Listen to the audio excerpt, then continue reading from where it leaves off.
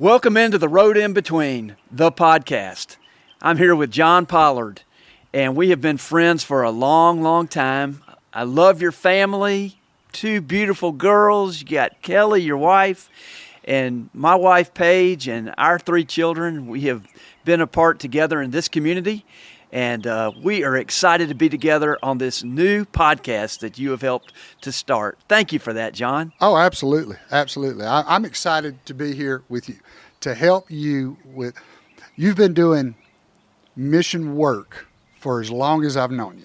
And I know you've also been doing the, what we now have is missionscape. And just to be a part of that with you is exciting. It's been exciting. I'm thrilled. Yeah, 20 years we've been at it. We started out as Paving Your Way, and then I kept getting all these calls about, hey, could you come pave my driveway? And I said, what can we name this? And I said, I want to name it Missionscape, where we create a landscape to celebrate mission work and different people and places, and where people go into devastation and chaos and join God and Christ in bringing out hope. Yeah. And that's what we're all about. So I am so thankful to start this new podcast. Thank you to everyone for being here, and hope you'll share our story with other people. That's really what it's about. And today we have a great opportunity for us to share what's taking place in Rolling Fork, Mississippi. Right, that's right. Up there After in the Delta. destruction. Yes, there was an E4 tornado that came through there out of nowhere and brought incredible devastation. So John and I went up there to take a look at it and see what God is doing, and that's what this show is all about today. I was thinking about Rolling Fork. How did they get that name? And I discovered that Thomas Cheney, who founded Rolling Fork, discovered that area. He was the first European-American settler up there in 1828. And while he was up there, he went beside a creek and saw that it was a lot of swift water, and it was right at a fork in the river. And it was there that he said, I'm going to name this Rolling Fork. No kidding. Very interesting. And so, we all think about the fork in the road, but here is this town called Rolling Fork, and they are at a fork in the road. That's right. On the road in between, because they have lost so much. And they get to decide, do we want to keep on being a town, or do we want to not grow it back, not build it back? And that's kind of where we are part of that journey with them. And we did get to hear a lot of those stories and a lot of those decisions. Yes, we did. Along our way. And that's what we're going to highlight today. That's it was a very, very inspiring, uplifting, eye-opening trip for me personally. Yes. Well, you've been in the broadcast business for 20 years. That's right. You have been inside. You have helped share stories, but now you get to be out with us on the road in between. And tell stories. And tell some stories. Absolutely. So let's talk about Rolling Fork and this journey we went on. It's what, 2.5 hours? 2.5, 3 hours. And we packed the truck up, the rolling truck, packed it up with our, what do we call it? Our hope, our peace, our love, and our hope, pockets full of them, and we hit the road. We sure did. We brought a bunch of gift cards people gave us. That's right. And we shared those gift cards with people up there in Rolling Fork. These Visa cards were very powerful. That's what most of the people needed. They didn't need clothes. Don't bring clothes. Boy, they had a lot of water up there. So we're going to be sharing a little bit more about what we saw when we got there. So we load up. We take off from here, Meridian, Mississippi, and we work our way on I-20. John, thanks for driving. Everybody has a story. We trek the highways and the dirt roads in search of stories of inspiration. We all live in between, here and there. So hop in the Jeep. It's time to take a ride on the road in between. Road in between, John Pollard. Here we go. We're on the way to Rolling Fork, Mississippi. Never been to Rolling Fork.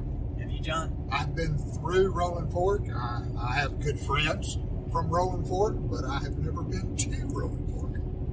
I have gone through Rolling Fork actually one time last let's see, 2 years ago, coming back from a deer hunting trip. Didn't shoot a buck, but on the exit ramp from Rolling Fork onto I-20, a big 8-point buck hit my Honda CRV. So you hit a buck. I hit a buck. You hit a buck. I hit a buck. I got one with my Honda. And you lost some bucks. And boy, did I lost my car for 3 months. Oh. Yeah, radiator busted. Oh my God, I can still picture that buck coming across the windshield. Oh my gracious. Right there on I-20. And I was scared to death. But anyway, we are heading over to Rolling Fork, and we're going to be meeting with House of Peace. That's a ministry. 2 churches survived the tornado, John. First Baptist and House of Peace. And we're going to be with Pastor Linda Sweezer, real go-getter over there in her community in Vicksburg. And we're also going to bring some gift cards that people have given us. That's what they have requested. Great way for us to immediately bring relief. We are currently carrying love, peace, and hope in our pockets. Yes, we are. And thank you to so many people who are making that possible as we head on this way. You know, Missionscape is all about providing a landscape for people to participate in God's mission of hope and healing. And that's what it's about. And many people have asked me, you know, what is this road in between you're talking about? Well, in Acts chapter 8, there's a fellow named Philip. And Philip is one of the deacons of the early church. And he does great things in his area. And then he gets called to go out at high noon, the hottest part of the day, on a desert road in between Jerusalem and Gaza. It doesn't sound like an exciting call, does it? I mean, I'd probably turn it down. It's like, oh, really? I want to choose something else. But he decided to go. And as he went, there was another man who was in the gaps physically, socially, spiritually, and mentally. He was an Ethiopian eunuch. But he was treasurer of the Queen of Candace of Africa. So he was in this chariot. You can imagine the wheels on that chariot, the gold and the colors he wore and the robes he had. And he was coming back from Jerusalem actually trying to worship, but he couldn't get into the temple because he was a eunuch. And if you mutilate your flesh, you're not welcome in to the faith community. And there are a lot of people, John, that feel like they're in the gaps physically, mentally, socially, spiritually. They don't feel like they belong. They're seeking God. They're seeking to try to find answers to life's questions. And Philip was on this road in between, and there he sees this guy. He didn't look anything like him. It's a Greek. Philip's a Greek, and the Ethiopian eunuch from Africa. The two of them meet up on this road in between, and it's there that God tells Philip to run up to that chariot and listen. And as he listens, he hears the word of God, and it's from Isaiah scroll of chapter 53, I think. And the eunuch is trying to find answers. And so he invites Philip to come up alongside of him. And there, Philip shares good news with him about Jesus Christ. And then all of a sudden, out of the middle of nowhere, in the desert, is water. And the eunuch stops the chariot and says, here's water. What's to prevent me from being baptized? And as a result of that, Philip and the eunuch go into the water, and the eunuch gets baptized. And then at that point, they go their merry way. But what I love about that story is that's exactly how God works. He takes random moments and makes them grand. And he brings strangers on the bumpy road together. And together they find a sense of belonging and a sense of mission. And so John and I are teaming up together for our Missionscape podcast.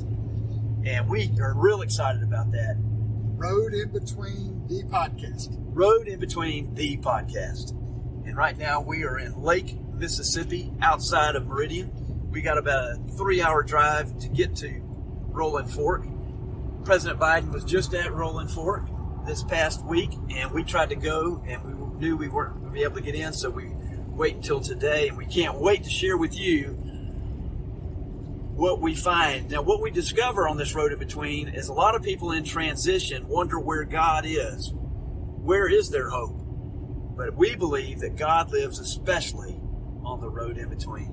And we're going to take a look at how people have come together to bring hope and healing for this devastated community. I mean, I've heard they've lost everything, John. Yeah, we're showing up after the president's gone, after all the national media and all the attention is gone. We're now going in and we want to see how these folks are healing, how they're picking the pieces up. We want to help as much as we can, but probably more than anything, we want to give them an opportunity to tell their story, to let those of you know exactly, what it is that's happened to their community, what it is that's happened to their families, their lives, and yeah, what they're doing to pull it all together. That's part of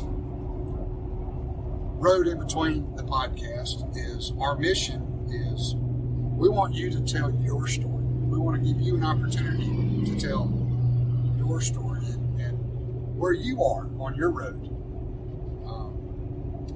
Yes. Tom, you mind if I share just yeah, please do. I have just a small, quick piece of my road. Number one, it's real simple. My road is always the path less traveled. I'm just stubborn that way. That's what I do. That's all I know. If you show me the gates, I will not walk through it. I will walk all the way around the fence and come in the back way. That's how I do it. Spent 20 years in broadcasting, and finally, one day decided, all right, I'm tired of this road. I want to find a different path. I want to find a new road, and so yeah, I got to join up with my great friend Tom, and I mean this awesome missionscape that he's been doing for so many years. And we've worked together on TV together. Did a lot in Meridian and Hattiesburg, and did some Hushing the Rushes together. That's right.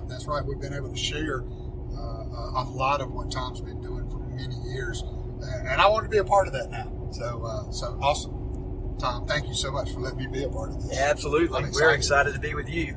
And John's driving, obviously, and thankful for that. We've done a lot of mission work through the years. We did a lot with Katrina. We've gone to Belize. We've worked in Venezuela, and we did some work in New Orleans with the homeless. And so right now we're heading to Rolling Fork. So we will check back with you in just a little while as we head into that devastation and see where we find God. Okay, we're exiting off of I-20. We're going up 61, Highway 61, famous road to the Blues Trail and all of that. And we are hungry. And I say, John, let's pull off at a Wendy's. So we're off this exit and we start looking for that Wendy's, didn't we? Miles and miles and miles. No Wendy's. No Wendy's, nothing. No restaurants, nothing. And we start getting a little hungry, so I pull out the old goldfish. We start eating on them, and we realize, you know what? That was it. That was it. That was lunch. That was it. And then right when we kind of were talking about that, boom, we passed this building, and there are cars and trucks in front of it, and we are in Onward, Mississippi. We passed it, didn't realize what we had passed, and decided to make a U-turn just to go back and check it out to see what it was, thinking maybe just a tiny little general store. So much more. So much more. We pull up in there, and what a great name, by the way, Onward. That's right. We always say Mission Onward. We've been saying that, onward and upward. And here we are at Onward. So we pull up into this cool-looking building, wooden and old-fashioned, and we walk in. We see a menu on the outside, and we go, "Ooh, man, this restaurant, perfect." And so we go in there, and I walk in, and I said, "What's good to eat here at the Onward store?" And we meet Carolyn May. Sweet, sweet Carolyn May. Man, I tell you, wow. Carolyn May, probably she's retired lady. I'm not good with ages, but that doesn't matter. Sweet, sweet, sweet. Her eyes were just full of life. That's right. And she said, "Why are you here?" And we said, "Well, we're going up to Rolling Fork." And she said, "You are?" I said, "Yes." She said, "Well, I live just a little bit north of there. Thank you for coming to help Rolling Fork." Yeah. And she reached into her purse and handed us a $100 bill.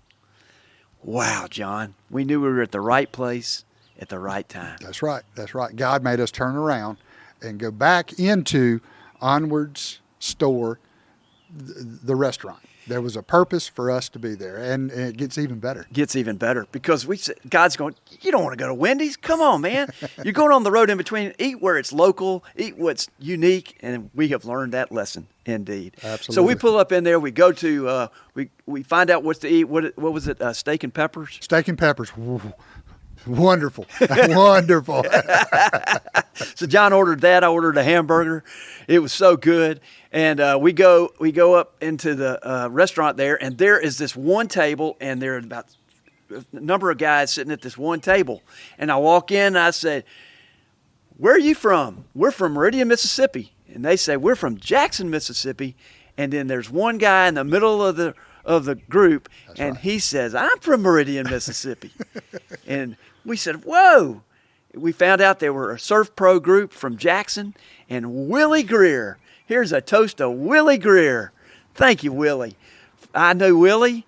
He was with the Gideons, and we have been acquaintances, and he's a good friend of David Haggard, who's a big supporter of Missionscape and dear friend of ours. And we knew, again, we were at the right place at the right time. Oh, absolutely. And as we start talking to the guys, and all these guys, they're working up in Rolling Fork, and a big part of the cleanup.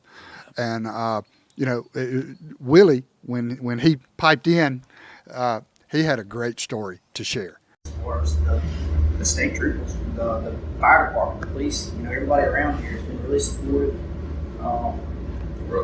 Yeah, I mean, you got people from Louisiana, Arkansas, everybody's here. And the way Mississippi comes together, I mean, there's nothing better than to see that, for sure. Yeah. And it's really nice to be part of it. It's a terrible situation, but it's really nice to be part of this. Yeah. So, Willie, share that one more time about, you think they've lost everything.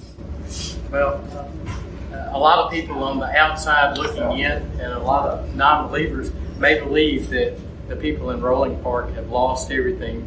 They've lost the things.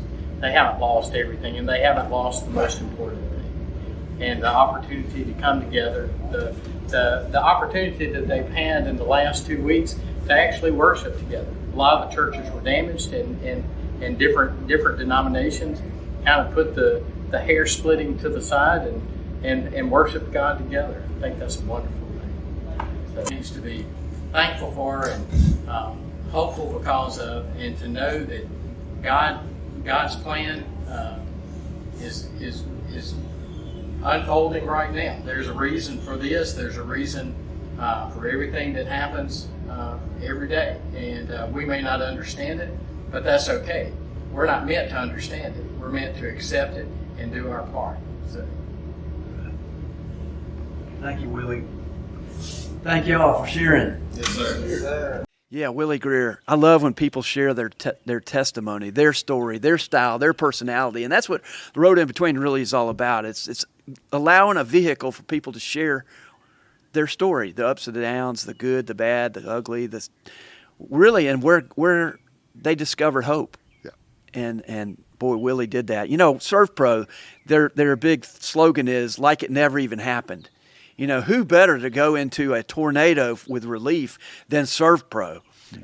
My brother-in-law, Lamar Arrington, owns the Surf Pro here in Meridian, and I have seen what he has done and his crew, amazing, selfless work to go into the muck and the mire, to go into the mold. They've even handled suicide stuff, really tough situations. And the Surf Pro guys, it wasn't just a job for them, was it, John? I mean, they shared really their sense of calling. Oh, absolutely. And it was their mission. Yep, was their mission. Yes, absolutely. So perfect. So this corporate group sitting right there eating, celebrating what they're already been doing. They've been there for a week, I think. Mm-hmm. And as a result of that, we just were basking in what they were bringing to us. We hadn't even gotten there yet to Rolling Fork. It's like God saying, onward. Yeah. Onward. Don't go backward. Go forward. Oh, and before we leave, you have to tell them the story of Onward. What happened in Onward? Oh, absolutely. Onward. Onward in 1902, Theodore Roosevelt, the president, went on a bear hunt, and he was going with a plantation owner in Sharkey County. Sharkey County is one of the poorest counties in the country. Which is right there at Onward and Rolling Fork.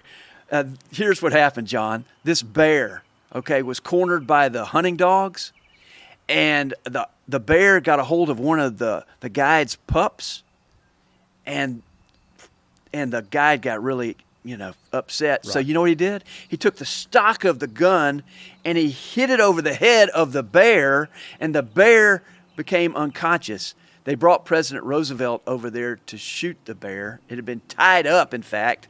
And he said, that's unsportsmanlike. I'm not going to shoot the bear. I'm going to let it live. And that became known as the teddy bear. And then after that... The very beginning of the teddy bear. The very beginning of the teddy bear. And then this guy in New York City, a toy store owner, heard the story, and he created the very first teddy bear. Yeah. It came out of that. And everybody's got a teddy bear. Right, right. And it came out of Onward, Mississippi. We'd have never known this story, really. We heard a little bit about it. But to go where it was, and as you see these pictures that we're showing you of the actual hunt, right? You'll see the impact that one moment had to change history. In this tiny, small pocket of Mississippi, just south of Rolling Fork, in basically this area called Onward. That's it. It was fantastic. They said this land is so flat that the difference in elevation is only 4 to 5 feet. Wow. Wow. Throughout there. But you know who came from Rolling Fork? Was Muddy Waters, right. The great blues singer. And I looked it up, and this is funny, but he was born on April 4th, either 1913, 14, or 15. Nobody's really sure. His grandmother, Della... 4th day of the 4th month. There you go, 4th of the 4th. Della Grant, his grandmother, nicknamed him Muddy because he loved to play in the mud. And then his friends added on Waters after that, so he became known as Muddy Waters. His real name is McKinley Morganfield. Never heard that. That's McKinley brand new to me. Yeah, go to all your music buddies and say, hey, have you ever heard of McKinley Morganfield? They'll go, no. Right. Well, I have. That's Muddy Waters. And he began, obviously playing the harmonica, and then he learned to play the guitar, and he started playing with all the greats. He was really influenced by Robert Johnson, of course, up there in the Delta, and Son House, and Robert Nighthawk. And in 1943, he moved to Chicago and kind of created the Chicago blues. Mm-hmm. And a lot of the Northerners hadn't heard of the Southern blues. And so from that, all these other great musicians began to follow Muddy Waters, and the Rolling Stones even sang a bunch of his songs. And they named their band the Rolling Stones after one of Muddy Waters' songs. I didn't know that. Yeah, no, absolutely not. I do know that Biden showed up right before we got there to Rolling Fork, and instead of calling it Rolling Fork, he called it Rolling Stone. And so that was kind of a hit. But interestingly enough, it weaves into this. So a lot of stories that you find out about, of the rich history, the rich soil, incredible agriculture back in the day of the Delta. But what strikes me is that, these two counties we're going to go to. By the way, Rolling Fork is Issaquena. Rolling Fork, from what I understand, is Sharkey. Is Sharkey, but there's another county. Right outside of it is Issaquena. I believe is how it's pronounced. Okay. And anyway, it says it's in actually both of those, which is interestingly enough. So between Leland, Mississippi, and Vicksburg is Rolling Fork. And this in-betweenness that we talk about is what our theme is, that God lives in between. He doesn't live when we begin and when we end. He's really much more active, it seems to be, in between. And that's where the stuff happens. That's where recreation occurs. And I just love that. So let's tell them what happened as we pull up into Rolling Fork. It was about 5 minutes from Onward. And we see after we ate, we knew what we were getting ready to go into. Mm-hmm. And we were a little queasy, a little nervous, I was, about what to expect.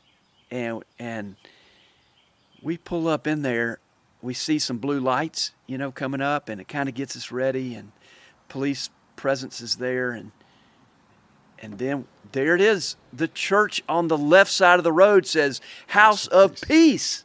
There are two churches that survived. Yeah. First Baptist, House of Peace.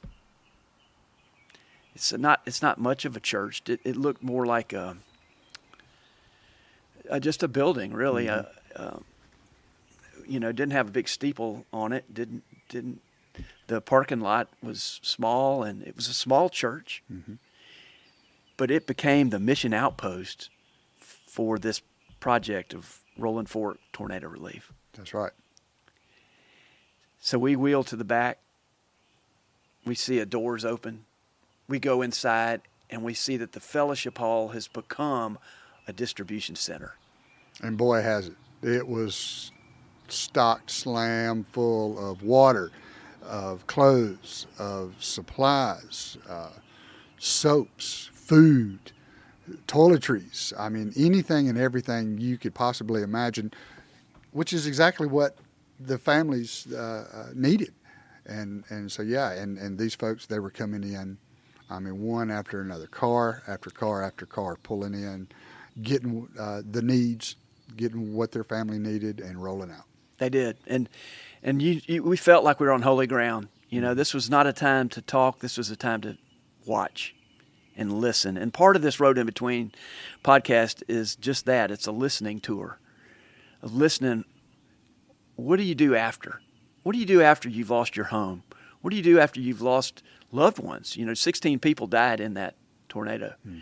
And we didn't know if some of those families were part of that storyline too, So we just kind of watched, and we knew that we didn't need to barrel on in there.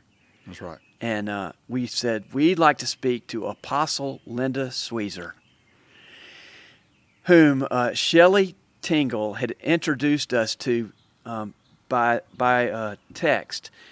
Shelley is an elder at First Presbyterian Church in Vicksburg. Yep.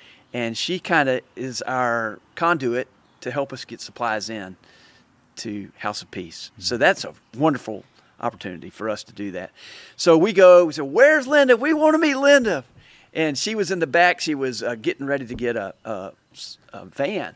I think she was renting a van. So they could make deliveries. Yeah, they wanted to reach out into the community. For those that could not get to them, they were trying to get a van so they could now get these supplies out to them. Because their van had flat tires from the tornado. Yeah, it was damaged. It was according to Apostle Linda, it was destroyed. It was destroyed. And so House of Peace really is a spawned church from Bishop T.D. Jakes, who's over in Dallas at the Potter's House. Big time televangelist. Mm-hmm. And we didn't know that. So Linda comes out, and she did not look overwhelmed. Not at all. She was like ignited. She was strong. She wasn't. She was on mission herself. Yep. She was on mission, and you could see it all over her. She was in charge. You could tell she was the one who had everything organized. She knew where everything was at. As some more supplies are coming in, she's giving direction. Those go there, towels go there, bleach goes here. She knew what was happening at all times. She did. And Evelyn, who was her helper. That's right. And others were right there. And so she walks out, and she doesn't have pretense. She does not have ego. She has emptied herself, and she is filled to the brim with the Holy Spirit. Yeah. Oh, yeah. She was placed at the right time to be there. She has a church in Vicksburg and a church there. Mm-hmm. And she has spent the last week there spending the night. And her husband was back in Vicksburg. He is a wonderful man of God, too. Mm-hmm. And so thankful for Linda, what she showed us and revealed to us. And the stories she shared with us. We'll actually share a couple of those right now. I mean, they were powerful, very powerful stories that we certainly want all of you to at least get an opportunity to hear. What we are is, I'm a Presbyterian minister in Meridian. Okay. And I also have a side ministry called Missionscape. Okay. And what we do is we highlight missions being done and celebrating hope and healing. Okay. And just kind of letting people tell their story, kind of like just the missional side of the church and also everybody else's vocation. Okay. And I'd love to hear your story briefly, and then maybe about what's going on here and where you're seeing God. God's the subject of the sentence. And yeah, I love it. as you know, and then we want to give you some gift cards. But this isn't for show, really. This is just a way for us to share the message. Oh, yeah. So it's the focus is I on don't feel. God. I see that light in your face. You got that Holy Spirit glow.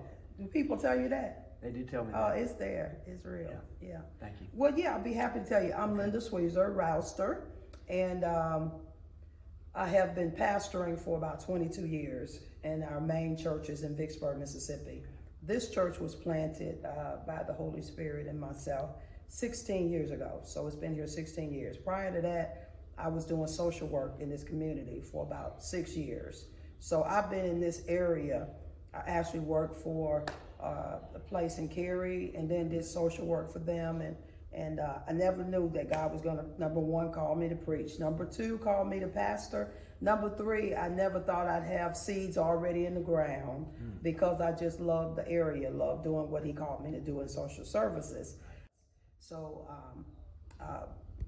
when we heard last Friday night that the weather was bad, and some of my members, contacted me and told me the tornado had hit and some of the problems that had happened, I was here. Early Saturday, I called some of the members, the leaders, and said, let's go shopping. This is what our contributions that our partners have been given. This is what we're going to do with it. And we went shopping. We bought cooked food because we knew that would be important, and water and all those kinds of things.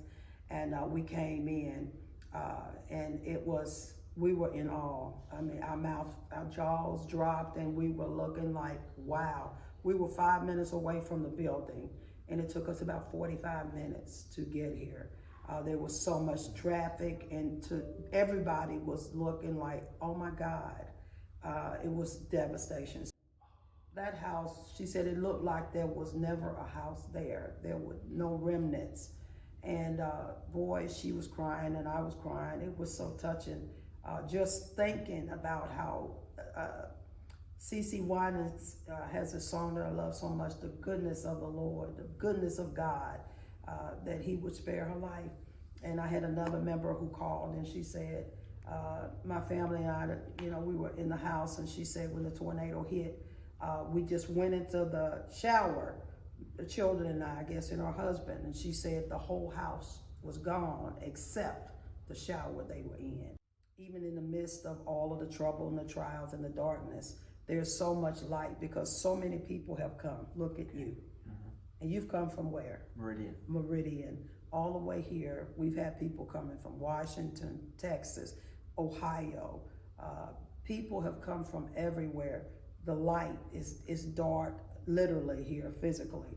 But there's so much light because of the kindness and the love and all that people have brought to be a blessing. You're bringing cards, the gift cards that we'll be distributing to people. It's amazing to me to see how God's hand has brought the community to another level of closeness. I heard some of them say that. Last week, I got an opportunity to be in the room with President Biden when he and his wife, Dr. Jill, came. And it was so incredible to me that the Lord allowed me in that room. He was ministering to people who had lost loved ones, who had totally lost their homes. And being a community pastor, it was only God's grace that got me in the room. And I got a chance to see him hugging and loving on the people, praying for people. And I told him, I said, I just really thank God for your coming. I told Dr. Jill the same. I said, and you didn't just come, you didn't just give a speech, you came and you touched the people. You touched the people who were hurting the most. And I saw consolation in the eyes of so many of them. And that's big. In the midst of the darkness, yes, there's light. And you bring the light. I mean, Shelley has told me about you. Well, Shelley has been a blessing. When she came in, we automatically connected. I said, okay, we're not going to be done with each other after this tornado's over. So she actually literally drove me here when President Biden came, and just a encourager all the way. People like that, and she's from, her church is right around the corner from where the Vicksburg, the main location is. And I said, this is so interesting. We didn't meet in Vicksburg. We met here and during the tornado. And now you know what's going to happen. Yes. Do a It's lot more partnership. Yeah, God brings people. Yep. He's brought people together with us. I do want to say this. What I see vision-wise is the help, the physical water and the paper towels, tissues, all of those kinds of things have been great. But where we are now is, and I said this to Shelley, and she told you that people got clothing enough to make it who didn't have clothes. How about we take them shopping and let them pick out with the use of the gift cards? That's what I'm doing with the financial donations, is we're doing using the money from that people are giving us, using the cards to let them go pick out. And I looked at the face of this lady that we just had her to do that, and she looked so happy about it. The other things that we're planning to do, and thank you for these gift cards, is that we're planning to use our contributions to help when they get those trailers coming in. I noticed in Cary, I don't know if you saw them coming in. Yes. They're starting to come, and I'm watching to see, and I've got people who are looking out. When you see these people starting to put the trailers in place, we want to know, what furniture do you need? I want to go into the bigger pictures, and I'm hoping that I'll get partners like my bishop and Mega Care and some of the people you were just naming, corporations that will come in and say, we want to help build houses for the people who didn't own the house, who had property that was air property that FEMA can't replace. People, like that, who want to come back here, but they have no way of rebuilding, no insurance. I think we can do that. I really do, and I think this community is worth it.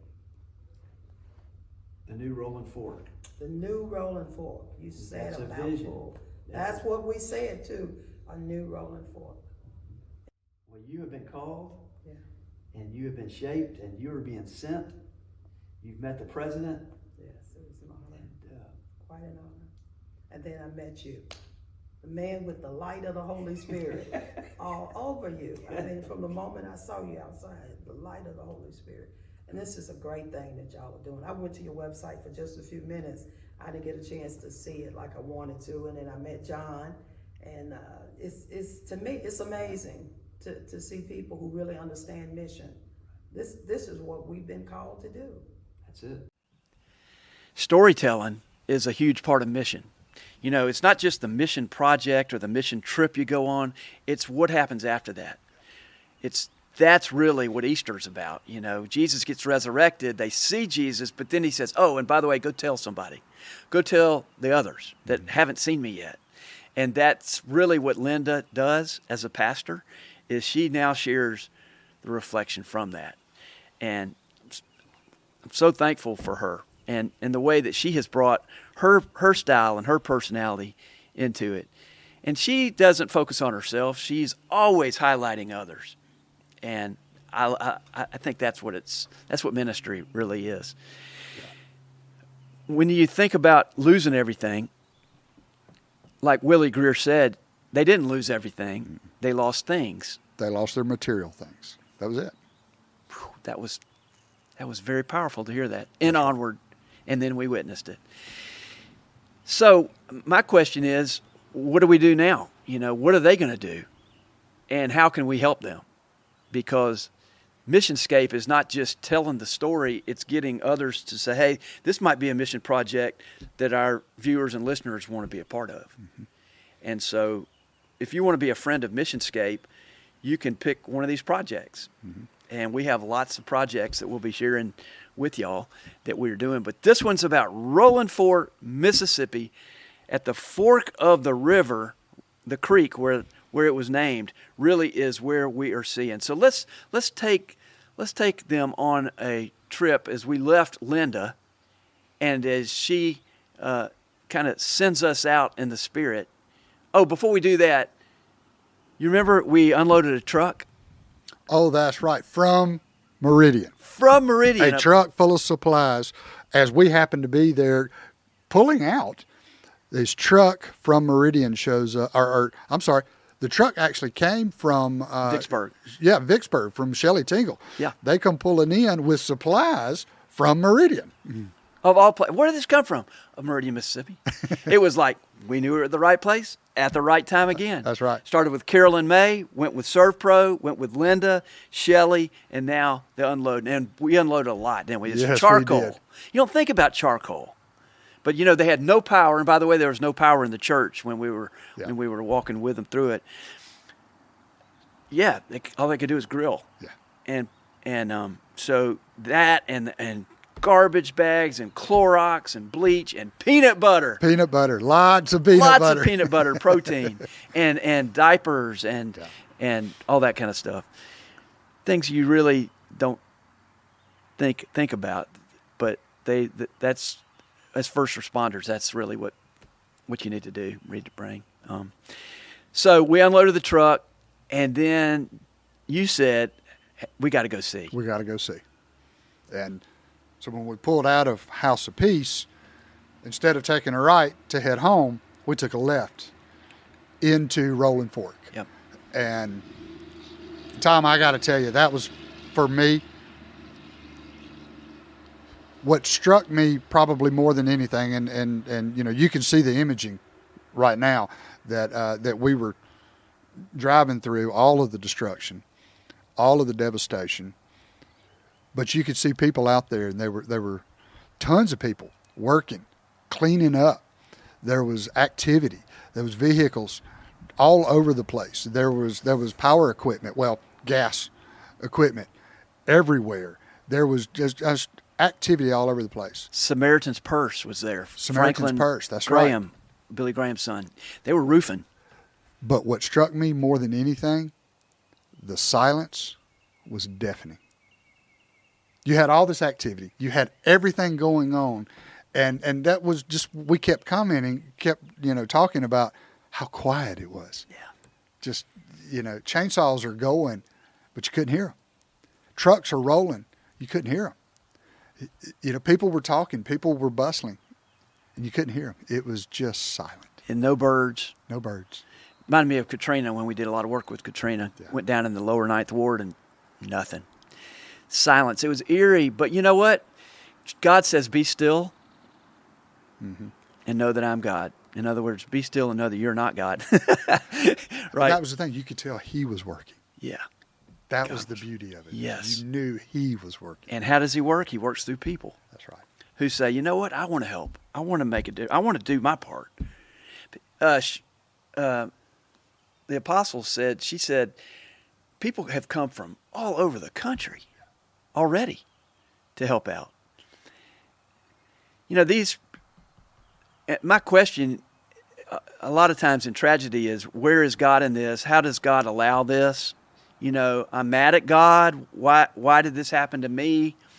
And that's certainly a natural response, and we need to hear that response. But okay, we can say that, but now what? Are we going to be mad at God forever? Are we going to pull back from our faith, or are we going to be bitter? Or are we going to say, God created a world, and this world has weather, and it's a fallen world, it's a natural world, and things like this happen. We don't have the answers to that, but what we do know is that God does not leave us like that. God uses the bad to create good, and that's what we have seen. And that is, to me, the powerful experience of the road in between. When we were driving around, John, we came across that tree that had been carved and looking like a bear. Oh, right. Like the teddy right. bear. Yes. Well, I looked it up, and the guy's name is Dayton Scoggins. And he carves a new themed bear every year, because every October they have what's called the Great Delta Bear Affair, and they relive the Teddy Roosevelt story. And he comes up and he takes a log that they donated, and he turns it into an image of a teddy bear. And one of the recent ones was at the police station, and the teddy bear images there. But we noticed that the police station's gone. Right.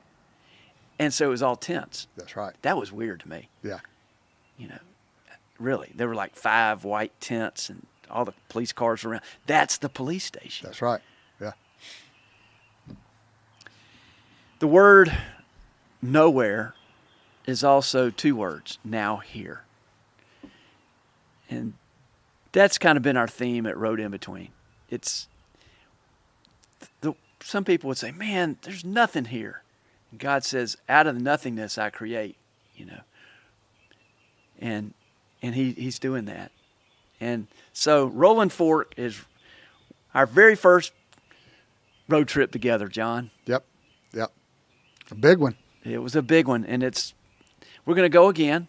That's right. That's a long-term recovery, Yep. long-term mission that we plan on being a part of for weeks, months, and even years to come. Right. So if you want to help us with that, or help with other churches, whatever you're part of, that's what I love. You know, there's one church. A lot of churches, but there's one church. Mm-hmm. And the head of that church is Jesus Christ. That's right. And he is the one who, with calloused hands, the carpenter, the great carpenter, is continuing to build and rebuild. I want to kind of end with this psalm I was thinking about with Rolling Fork. Listen to this. God is our refuge and strength, a very present help in trouble. Therefore we will not fear, though the earth should change, though the mountains shake in the heart of the sea, though its waters roar and foam, though the mountains tremble with its tumult. There is a river whose streams make glad the city of God, the holy habitation of the Most High. God is in the midst of the city. It shall not be moved. God will help it when the morning dawns. That's what we've seen. That's right. We're seeing Psalm 46 lived out for us today. Yep. Well, John, thank you for your reflections with the Road In Between. And I'm so excited to join with you on this. You know, God sent the disciples out 2 by 2, and he's brought us together. Look, I thank you for the opportunity. This has been great. Coming from broadcast for so long, and then now being on this side of it is fantastic. Tom, and what I'm going to ask is for all of our viewers, all of our followers, if you like what we're doing, if you like the messages that we're going to be bringing, and you want to help us continue to bring it, make sure to hit the like button and subscribe to Missionscape. Share it with all your friends. Tell everybody what we're doing. We want to keep our mission going, and the only way we can do that is with your help and your support. So, dude, just hit the like button, hit subscribe, and tell everybody about Missionscape. Good, and we're on Facebook. And that's right, YouTube, on any of your favorite podcasting platforms. Very good. All the social media giants. There you go. And today we are at the pavilion of our church right here. It's a Prospect Presbyterian Church. Yep. And this is really where it's about. You know, the church is not just a steeple. The church is a people. Yeah. And so I want to leave you with a benediction that I learned a long time ago. We go nowhere by accident. Wherever we go, God is sending us. God has a purpose in our being there, and he's given his Holy Spirit to us. So may you have a good missional day. Get on your road in between and look to see where God is moving. Take care.